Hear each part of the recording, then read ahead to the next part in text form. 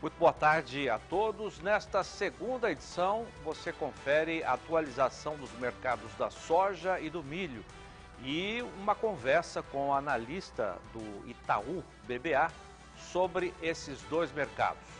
Você vê também uma reportagem especial sobre o IZ de Sertãozinho, Instituto de Zootecnista de Sertãozinho. Já está no ar o Agricultura BR, segunda edição.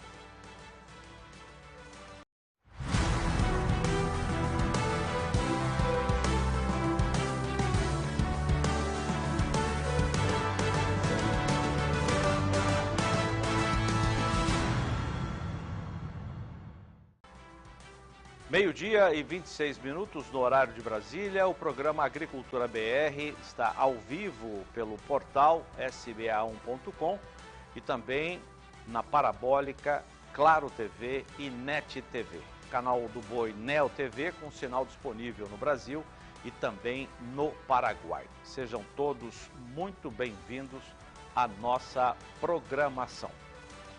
A safra 21-22 foi marcada por estoques apertados no Brasil e no mundo por causa da quebra na América do Sul, como resultado dos efeitos do fenômeno Laninha e ainda o conflito entre a Rússia e a Ucrânia.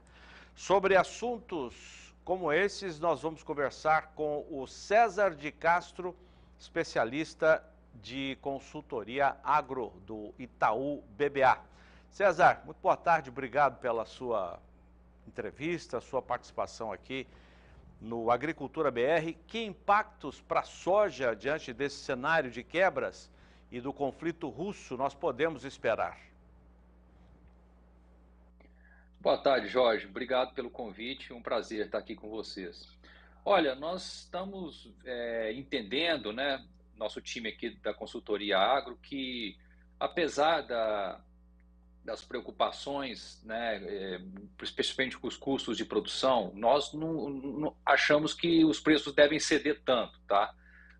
Vale lembrar que recentemente a soja caiu bastante, mas essa semana, por exemplo, ela já teve uma alta de próximo de 15%, justamente porque as preocupações continuam bastante latentes nesse momento, né? Tanto a guerra quanto o desenvolvimento da safra americana, até diria que é mais esse segundo elemento, né? A safra dos Estados Unidos, e de modo que não deixa muito espaço para reduções de produção sem apertar muito o balanço global, que já é bastante apertado historicamente.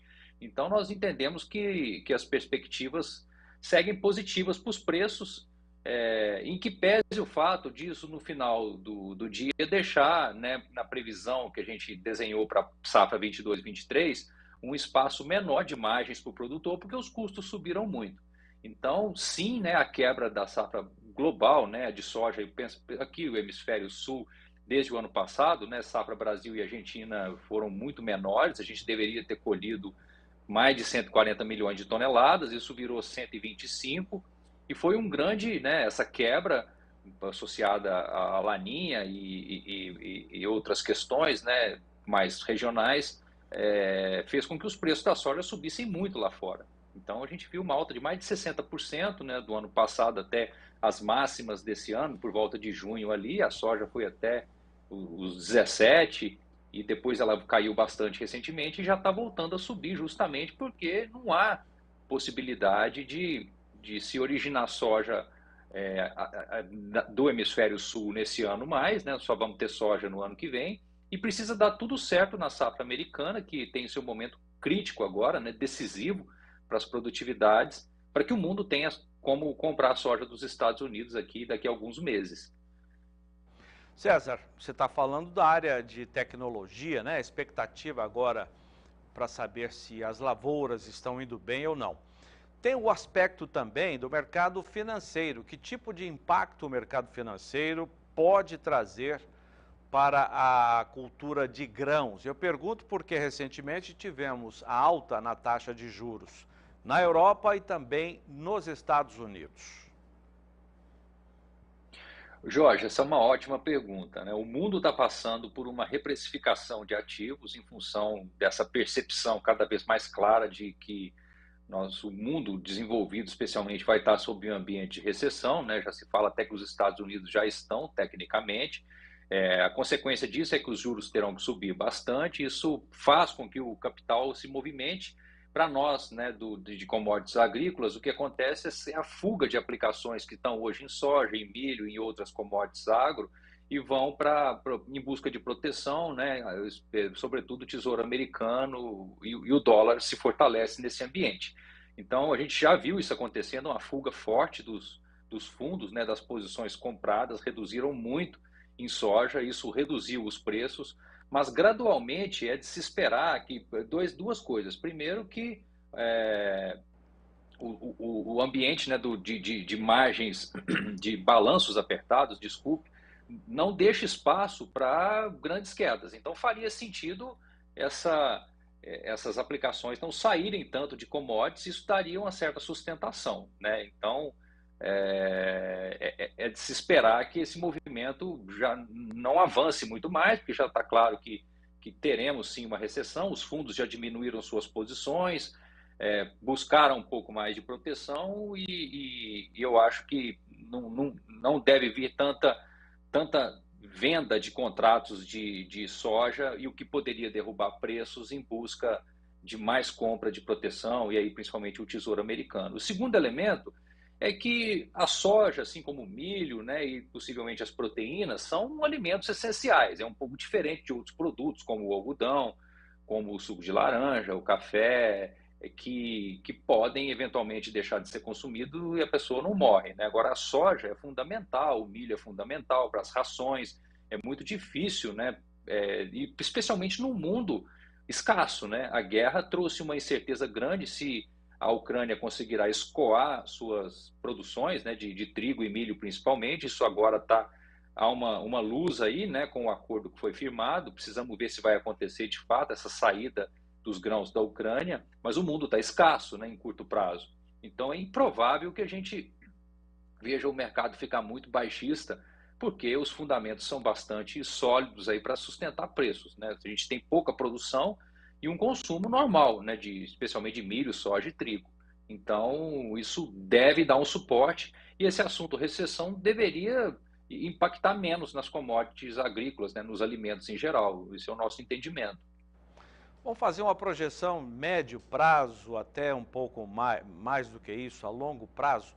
Esses episódios recentes, Covid-19, guerra na Ucrânia e agora, como consequência, a inflação, né, a recessão em praticamente todo o mundo.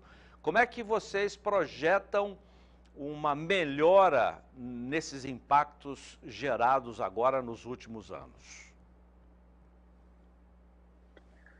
Olha, Jorge, essa história, né, que começou com a Covid e depois se juntou à guerra, ela tem um seu lado triste, né? Muitas pessoas morreram, né? Até continuam morrendo, seja pela doença ou seja nas nações envolvidas na guerra.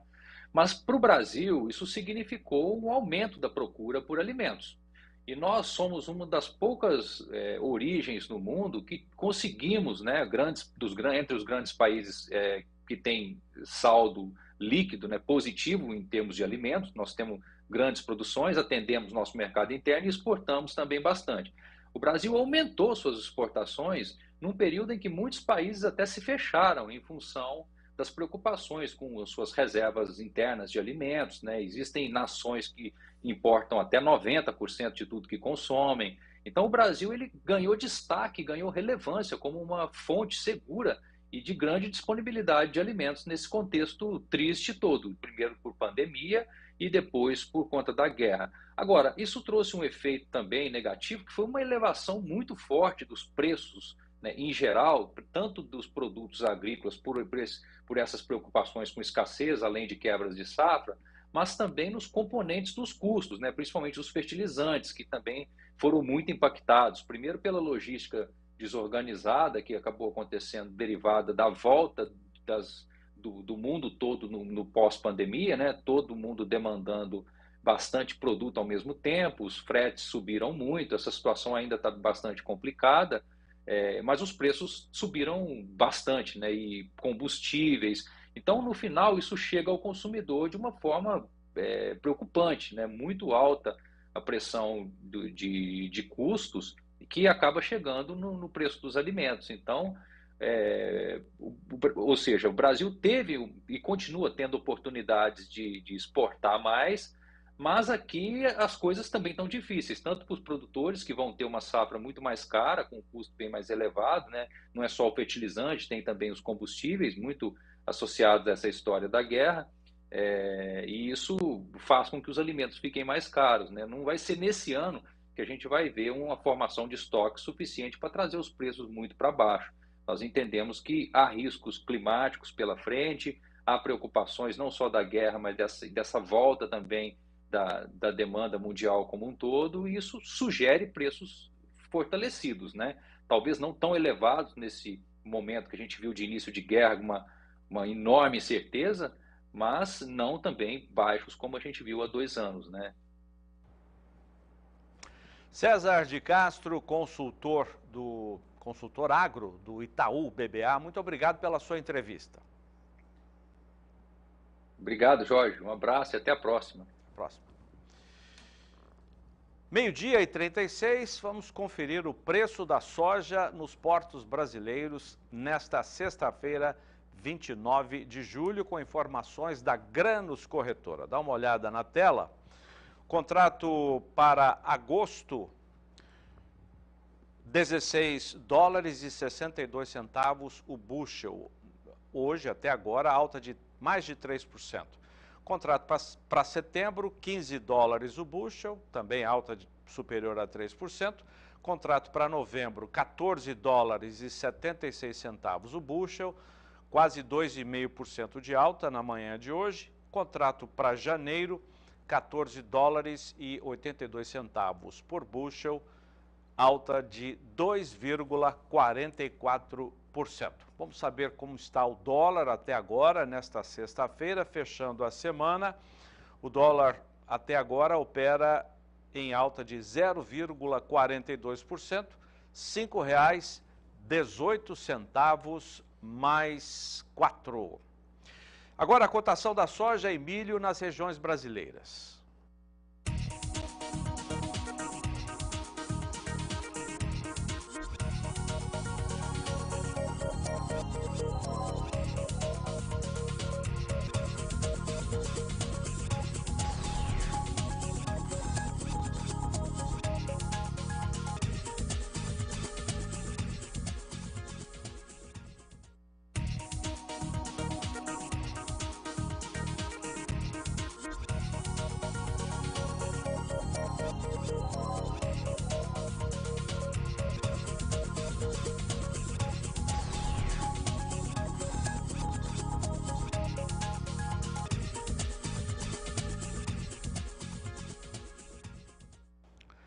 Em junho, o índice de preços da CEAGESP registrou queda de quase 2%, puxada pelo setor de verduras. Informações de Gustavo D'Angelo. O índice de preços CEAGESP encerrou o mês de junho com uma redução de 1,91% em comparação ao mês anterior. Nos últimos 3 meses, o índice acumula queda de mais de 12%. De uma maneira geral, o clima mais regular favoreceu para que houvesse uma maior estabilidade na oferta dos produtos. O destaque do período foi o setor de verduras, que após apresentar altas volatilidades de preço no início do ano, vem apresentando valores abaixo da média mensal. O setor de frutas apresentou uma alta nos preços de 1,39%, enquanto o setor de verduras registrou queda de 13,99%. Já o recuo no setor de legumes foi de 5,53%. Na sequência, vem o setor de pescados, com redução de 3,15%, e de diversos, com 0,62%. Caso as condições climáticas continuem sem maiores intercorrências, a tendência do índice para o mês de julho é de estabilidade ou redução, salvo se não houver estabilização na volatilidade no preço do setor de frutas, que pode afetar o índice positivamente. De Araçatuba, São Paulo, Gustavo D'Angelo. Veja como ter pastos de qualidade na reportagem de Vinícius Souza. A qualidade da pastagem é um assunto indispensável e que garante bons resultados tanto para a pecuária de corte quanto para a pecuária de leite. É certo que o pecuarista às vezes enfrenta problemas, como por exemplo a questão da falta de fertilizantes, mas nada disso impede que ele continue trabalhando e investindo no melhoramento de suas pastagens, que garantem resultados satisfatórios de sua produção. Pastagem de qualidade é sinônimo de lucratividade e produtividade na pecuária. Por isso, é fundamental que a pastagem receba investimento adequado, garantindo que esteja bem nutrida e vigorosa, resultando em um bom aporte de alimento para o rebanho, o que se traduz em animais saudáveis e melhor terminados. O assunto foi tema de um evento realizado pela Campo Forte Agrícola, revenda que comemora 2 anos de existência em Campo Grande. Participaram técnicos da empresa, pecuaristas, especialistas em pastagem e convidados. Investir na pastagem é a maneira que a gente tem de ter uma produtividade, né? E assim ter mais lucratividade. Então, a pastagem é importante. Uma pastagem bem nutrida, você consegue ter o animal ele fica mais precoce, você consegue engordar ele mais cedo, né? Tem mais saúde no próprio animal e também aspectos de conservação e longevidade da própria pastagem, né? A gente tem no Brasil muitos casos com áreas degradadas, né? Isso é um problema muito recorrente. Qual que é a alternativa para o produtor que passa por uma situação como essa? O que ele pode fazer para tentar recuperar uma área que foi degradada? A reforma de pastagem ou recuperação da pastagem é uma maneira clássica da gente estar recuperando essas pastagens, né? Mas a gente também pode tentar evitar que elas se degradem com o manejo mais correto. Você equilibrando a quantidade de animal para que você não tenha um super pastejo e você acaba degradando a planta e depois o solo também, e aí você entra nesse ciclo de pastagem degradada. Uma vez que ela já esteja degradada, a recuperação das pastagens por meio de aplicação de corretivos e fertilizantes é uma das maneiras de você estar recuperando a fertilidade natural, né, do solo e a produtividade da pastagem. Um dos pontos altos do evento foi a apresentação da linha de produtos da NPA, uma empresa 100% brasileira que atua no mercado farmoquímico, veterinário e agrícola, desenvolvendo e fabricando produtos inovadores como os minerais quelatados com aminoácidos e polióis. Esse evento marca um ponto histórico na história da Campo Forte Agrícola aqui no estado de Mato Grosso do Sul, com atuação em Campo Grande. Estamos muito felizes, enfrentamos diversas dificuldades e agora com novos parceiros, excelentes produtos, sempre buscando as melhores soluções para os nossos clientes. Justamente falando em produtos que são escolhidos a dedo, a gente tem um produto muito especial que chegou aqui para vocês, que é focado no trabalho do pessoal com pastagem. Eu queria que você contasse para a gente um pouquinho sobre ele. O ano de 2021 foi um ano muito difícil, muito desafiador. E os pontos principais que afetaram o rendimento econômico dos pecuaristas foram as pastagens. Tivemos tempos de estiagem, muita geada, tempos que oscilaram do extremo ao extremo. Então, pensando nisso, nós fomos buscar uma solução e encontramos na NPA um produto excelente que tem tudo para dar certo e transformar a pecuária e manejo de pastagens no nosso estado. Eu acredito que, na verdade, o nosso menor investimento hoje em dia é em pastagem, que é o mais duradouro e que dá um resultado 100%, né, produtivo quando a gente realmente investe com qualidade nas pastagens. O pasto é a base, né? O pasto realmente é onde a gente tem que ter sempre um bom manejo, né? Manter sempre um pasto de qualidade, pois é através das fibras, da energia, da proteína, dos nutrientes básicos da nutrição do animal, que vai fazer com que outras tecnologias realmente façam a diferença. Então, a base da pecuária do nosso boi produtivo do Mato Grosso do Sul, do boi do Brasil, da nossa carne eficiente, é o pasto. Um dos produtos que se destaca no portfólio da NPA é o Protemax Pastagem, um fertilizante organomineral com alto poder de nutrição desenvolvido e patenteado pela NPA para potencializar o desenvolvimento e a produtividade de gramíneas.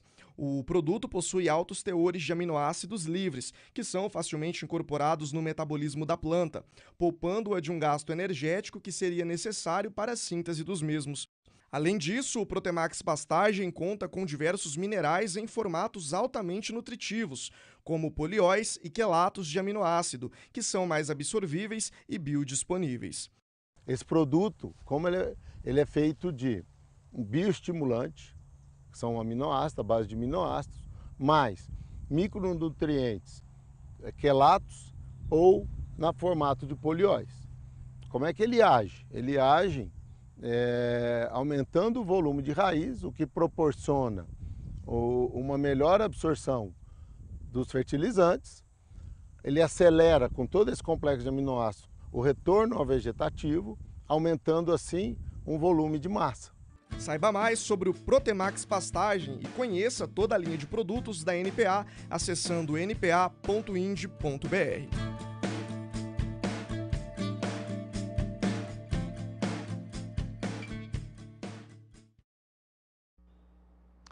Depois do intervalo comercial, a previsão do tempo e uma reportagem especial sobre o Instituto de Zootecnia em Sertãozinho. Até já!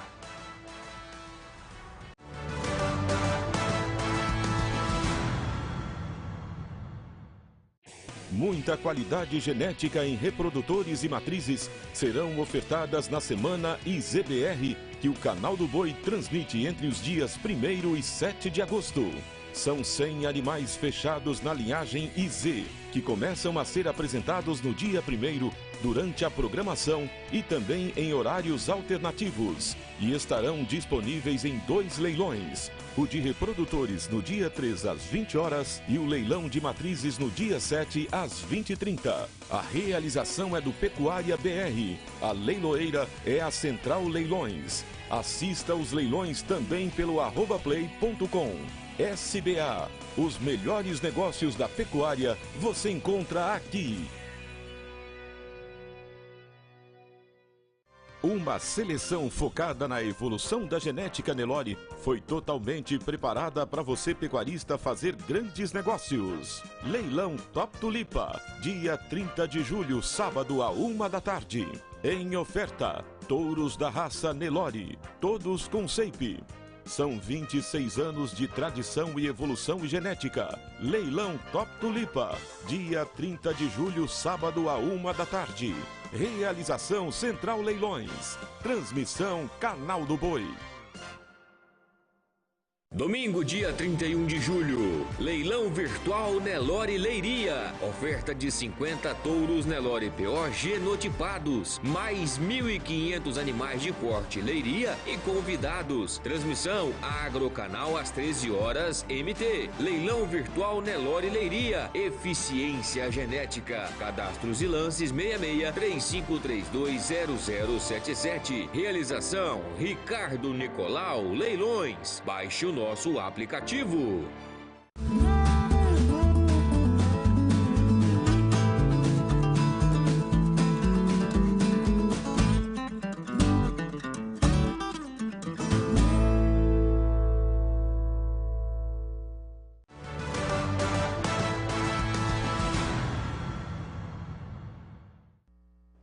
Agora a previsão do tempo, destaque hoje para as chuvas que podem retornar à região sudeste do país, juntamente com uma frente fria. Olá, boa tarde, Julian Marques. Boa tarde, Zaidan, e boa tarde a todos. A frente fria que avança ao sudeste promete o retorno das chuvas para o estado de São Paulo. Há também previsão para pancadas de chuva no sul de Minas Gerais e a maior parte do estado do Rio de Janeiro. Inclusive, venta bastante no centro-sul de Minas, em boa parte do Espírito Santo, no Rio de Janeiro e no estado de São Paulo. As rajadas de vento podem atingir os 90 km por hora entre o litoral norte paulista e a região dos Lagos, no Rio de Janeiro. Atenção para quem mora nestas áreas, viu? A partir de sábado, não há previsão de chuva no estado paulista, o que ajuda no avanço da colheita do café na região de Mogiana, como Buritizal, por exemplo. Agora, falando do sul, ainda há condições de chuva em áreas como Bom Jesus, no extremo norte do Rio Grande do Sul. E olha só, a massa de ar frio avança e estabiliza o tempo na maior parte do estado. As temperaturas declinam ao longo do dia e as mínimas devem ser invertidas, sendo registradas à noite. No Paraná, ainda pode chover pela manhã, assim como no oeste do Planalto e litoral norte de Santa Catarina. No estado catarinense, as condições de tempo contribuíram para a evolução da semeadura. As áreas cultivadas estão, em sua maioria, em desenvolvimento vegetativo.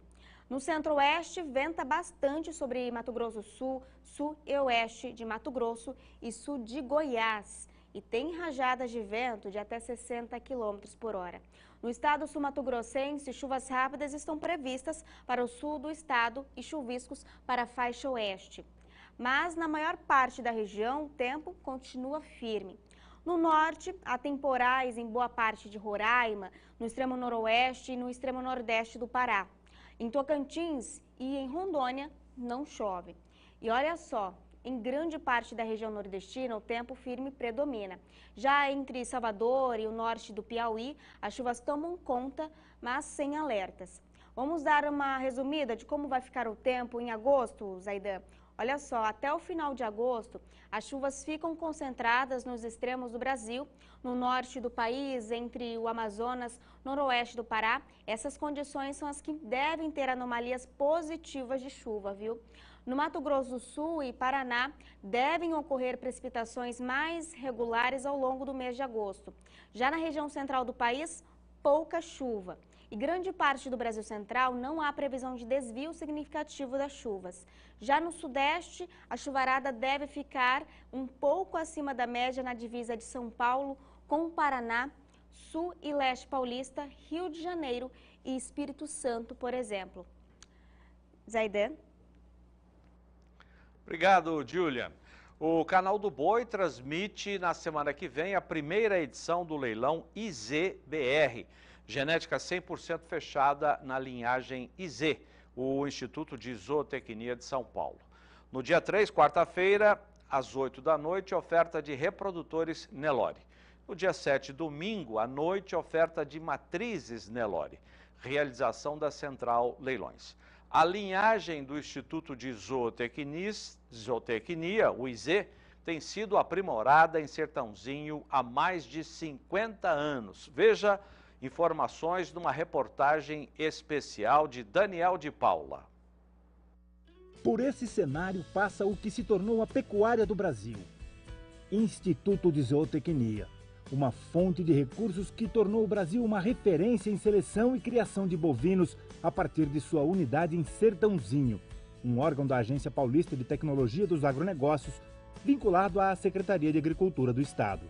Foi criado em 1905, mas a partir de 1951, com a criação da primeira prova de ganho de peso, que este ano chegou à edição 71 sem nunca falhar, é que começou a mudar os rumos da pecuária. Vieram depois a adoção de uma estação de monta e validação de touros pelas progênies, programa de melhoramento genético pelo modelo animal e cada vez mais tecnologias foram incorporadas, como ultrassom de carcaça, genômica, estudos sobre emissão de gás metano, até um rumen artificial que pesquisa a eficiência da dieta oferecida ao gado. Uma caminhada tão longa quanto cheia de histórias contadas por quem ajudou a fazer essa história. Como o Dr. Fausto Pereira Lima, que do alto dos seus 91 anos de vida e experiência, moldou boa parte do que se tornou o zebu brasileiro, e é tido como responsável pela quebra de muitos tabus em seleção de Nelore e outras raças. O primeiro melhoramento genético que existiu no mundo foi esse melhoramento visual, que depois se transformou em exposição agropecuária. Então, se o objetivo era peso, as pessoas observavam no gado que parte que tem volume de mais carne, que tipo de boi que dá mais carne e que tipo de boi que dá carne e gordura. A avaliação genética que se faz hoje, o criador manda os pesos dos bezerros, as idades dos bezerros, e os escritórios que fazem essa análise, essas associações que analisam qual é o melhor, qual é o pior, tem uma forma matemática que indica a possibilidade de fazer isso, né? Agora, eles não estão importando muito se o animal ele é um animal comprido, que tem muita carne, ou se é um animal compacto, que tem muita gordura. O IZ, o Instituto de Zootecnia, por intermédio da estação de Sertãozinho, fez um negócio que valeu para a pecuária do Brasil de uma forma intensa. Mudou a cabeça do pecuarista e mudou a cabeça do selecionador, usando tecnologia, usando metodologia científica correta que o mundo já usava e nós não usávamos. Aí, por intermédio desse trabalho, começou a se usar essa metodologia. E essa aceitação veio da qualidade dos produtos. Nosso rumo estava correto, porque os produtos que nós estávamos tirando, como que o Instituto começou a tirar, eram superiores aos produtos que tiravam antigamente. O primeiro tabu que caiu é que se recomendava cobertura, os touros usados em cobertura com 4 anos. Eles não viram insertando a primeira vez com 3 anos, 3 anos e meio, entendeu? E o programa de melhoramento preconizava usar tudo aos 2 anos. Os touros cobrindo aos 2 anos, um número menor de vacas, e as vacas sendo enxertadas aos 2 anos. E a coisa pegou. E aí a coisa foi rodando. E aqueles números que a gente sabia pela literatura que aconteceram nas outras raças, começaram a acontecer no zebu. Ela provou que o zebu, o Nelore, o Guzerá, respondiam à seleção como as raças europeias respondiam, entendeu? E chega e provou mais ainda, pensando os indivíduos superiores, pelas provas de ganho de peso, pelos testes de progênie que a gente começou a fazer, e usando intensamente esses indivíduos. Esses ganhos de peso, essa precocidade, agora mais atualmente a precocidade sexual. Só que isso aí era uma heresia a gente falar isso 40 anos atrás, entendeu? E grandes técnicos do Brasil tiveram uma atuação extremamente importante nessa mudança. Um dos grandes técnicos foi o Dr. Fausto Pereira Lima, que começou, ele pegou a parte do antigamente e se aprimorou fazendo a coisa no atualmente. Isso aí é experiência, vivência de gado, né? Desde menino mexendo com gado, então você vai observando. Meu bisavô era um grande zootecnista, ele sabia ver as vacas. Meu avô também, meu pai também, eu também aprendi. Que a pessoa tem no sangue, tem na base genética, né? Isso daí, na hora se manifesta. É a mesma coisa que seleção de gado. A genética, né, nas últimas décadas, ela teve essa importância, né? Os criadores perceberam a importância, né, da genética, como que a genética impacta no sistema de produção. E nesse sentido, né, o Instituto de Zootecnia contribuiu como uma vitrine, né, eu diria assim, já que o trabalho de melhoramento genético é realizado aqui já há mais de 40 anos, especificamente no caso do programa de melhoramento genético, né, e nós conseguimos então, além de informar e mostrar para o produtor, né, o impacto da seleção nos sistemas de produção, conseguimos também produzir animais geneticamente superiores, né, e esses animais são disponibilizados ao mercado no sentido de auxiliar, né, todos os sistemas de produção. Nem tudo que a gente vê, que a gente mede, é passado para a progênie. Então, quanto mais tecnologia a gente coloca, né, na estimativa do valor genético e da DEP, né, a gente erra menos na seleção e o criador também, né. Por isso que nós fomos incorporando tecnologias também, teve interesse. Então, eu me pergunto, para que fazer uma avaliação genética do rebanho do IZ? Porque o criador vinha aqui e falava assim, eu quero ver as progênies desse touro, eu quero ver as filhas desse touro. Será que esse touro desmama bem? Será que ele dá filhos pesados a 1 ano de idade? Então, ao invés de ficar mostrando dados fenotípicos sem correção de sexo, nem de ano, nem de ambiente e tal, faz uma avaliação genética. Então, foi o criador que pediu isso. E a gente começou a fazer isso, né? Isso proporcionou para nós ter um menor erro de seleção e para quem está comprando também, né? Então, isso é importante. Hoje, grande parte dos rebanhos nacionais possuem material genético oriundos do Instituto de Zootecnia, né? E isso para nós é uma grande satisfação, né? Em ver o trabalho desenvolvido aqui, contribuindo para os sistemas de produção no país e também fora do país. Quem nos proporcionou este encontro mais recente aqui, está aqui do nosso lado, Lúcio Cornachini, também um grande influenciador, um cara referência também em seleção.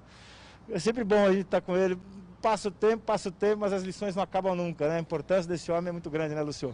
Dr. Fausto foi meu primeiro chefe. Eu cheguei na Lagoa da Serra em dezembro de 90 e ele era então o superintendente. Ele estava fazendo a transição do Grupo Biagi para o Grupo Bamerindos. E ele foi meu primeiro chefe, né? Ele foi o nosso professor, para mim é um orgulho muito grande, sou amigo dele desde essa época, sempre acompanhei.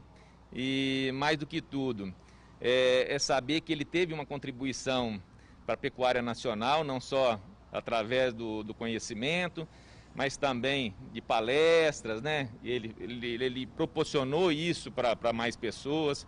E pouca gente sabe, talvez muito pouca, mas ele, por exemplo, foi o precursor, igual você falou, da genética de peso. E sabe quem que ele trouxe para a Lagoa da Serra e comprou? Um touro que fez uma história. Isso é da minha época, ele vai saber muito bem de quem eu estou falando, que é o 1646 da Mundo Novo. Então quem descobriu o 1646 foi o Dr. Fausto. E além de tudo, ele proporcionou, numa parceria entre Lagoa e Instituto de Zootecnia, a gente disponibilizar a genética que não era conhecida, então. Mas fez grandes touros. Então tem tantos touros do IZ que fez uma história dentro do rebanho de seleção, que foi fruto do trabalho do IZ lá de trás, né, de mais de 50 anos. Então, para nós é um prazer estar aqui, né? Pois é, a gente fica satisfeito, fica até orgulhoso, enfim. E depois dessa idade minha, vi um companheiro como o Lúcio, vem lembrar aqueles tempos que estava começando tudo e que deu um resultado muito grande. Ele contribuiu demais, que proporcionou uma melhoria de muitos rebanhos no Brasil. Não só no Brasil, mas em outros países também. É tanta história, tanta tecnologia e genética que não cabe num filme só, nem num rebanho só. É por isso que, em breve, essa contribuição que o IZ sempre deu se torna oportunidade de negócios em uma parceria com o Pecuária BR. Mas esse é um assunto para breve. Termina aqui a segunda edição do Agricultura BR. Muito obrigado pela sua audiência. Bom final de semana e até segunda.